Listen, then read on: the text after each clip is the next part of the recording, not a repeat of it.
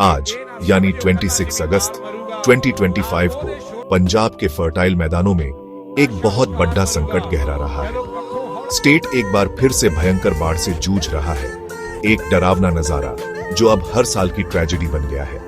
लगातार बारिश से नदियां उफान पर हैं। उन्होंने अपने तटबंध तोड़ दिए हैं और बड्ढे बड्ढे जमीनी इलाकों को डुबो दिया है। कपूरथला, होशियारपुर, गुरदासपुर, पठानकोट, फाजिल्का, तरन तारण सैकड़ों गांव पानी में डूब गए हैं। कई पूरी तरह से मेनलैंड से कट गए हैं। हजारों लोग विस्थापित हुए हैं, शेल्टर होम्स में शरण ले रहे हैं। एग्रीकल्चर को भारी नुकसान हुआ है। शुरुआती अनुमान 14,200 एकड़ से ज्यादा जमीन प्रभावित।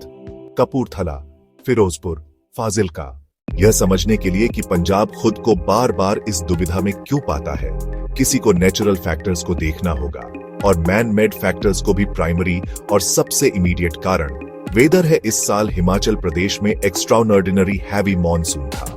जम्मू में भी ऐसा ही था। इसने डाउनस्ट्रीम में बहने वाले पानी की वॉल्यूम बहुत बढ़ा दी है। कंट्रोल्ड, लेकिन मैसिव रिलीज भी इसे बढ़ाते हैं। भाखड़ा डैम से बडडे रिलीज हुए, पोंग डैम से भी रिलीज हुए। यह जरूरी है ताकि डैम फेल ना हो, पर यह रिलीज नदी में पावरफुल टॉरेंट भेजते हैं और नीचे के मैदानों में बड़े पैमाने पर बाढ़ लाते हैं। सिर्फ बारिश को दोष देना ओवर सिंप्लीफिकेशन है। नदियों के बिगड़ते हेल्थ में समस्या बढ़ी है। दशकों में नदी के किनारे बहुत सिलाट जमा हुआ है। इससे उनकी पानी ले जाने की कैपेसिटी कम हुई है। अब एक मॉडरेट उछाल भी ओवरफ्लो करा सकता है। बाढ़ के मैदानों पर इलीगल कंस्ट्रक्शन और एनक्रोचमेंट बढ़ा है। घर और खेत नदी के नेचुरल रास्ते में बने हैं। चैनल संकरा हुआ है। पीक फ्लो में पानी फैलने की जगह कम रहती है।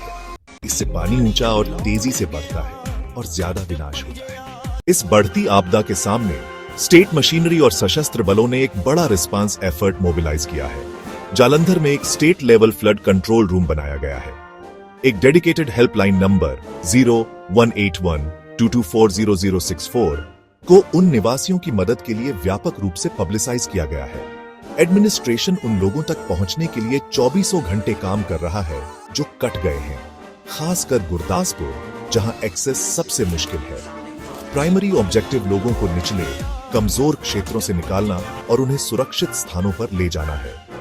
इंडियन आर्मी को सिविल एडमिनिस्ट्रेशन को सपोर्ट करने के लिए तैनात किया गया है, जो रेस्क्यू ऑपरेशंस में एक क्रूशियल रोल निभा रही है। मौके पर मेडिकल सहायता प्रोवाइड करना और जरूरी सप्लाई डिस्ट्रीब्यूट करना। उनकी प्रेजेंस उन क्षेत्रों में खास तौर पर वाइटल है जहां लोकल इंफ्रास्ट्रक्चर पूरी तरह से बह गया है। आर्मी के अलावा नेशनल डिजास्टर रिस्पांस फोर्स की टीमें ग्राउंड पर हैं, जो मुश्किल रेस्क्यू मिशन कर रही हैं। सैकड़ों ग्रामीणों को अस्थायी शेल्टर होम्स की रिलेटिव सेफ्टी में लाने में मदद की। स्कूलों, कम्युनिटी हॉल। पंजाब में बाढ़ का हर साल का यह रिचुअल एक क्लियर और अर्जेंट सिग्नल है। हमारा करंट अप्रोच फेल हो रहा है। यह नेचर के गुस्से से बढ़ी हुई एक मैन मेड डिजास्टर है। इस विनाशकारी चक्र को तोड़ने के लिए हमें रिएक्टिव इमरजेंसी मेजर्स से आगे बढ़ना होगा। वाटर मैनेजमेंट डिजास्टर प्रिवेंशन के लिए एक लॉन्ग टर्म प्रोएक्टिव स्ट्रेटजी अपनानी होगी। यह इस हार्ड ट्रुथ को एक्सेप्ट करने से शुरू होता है।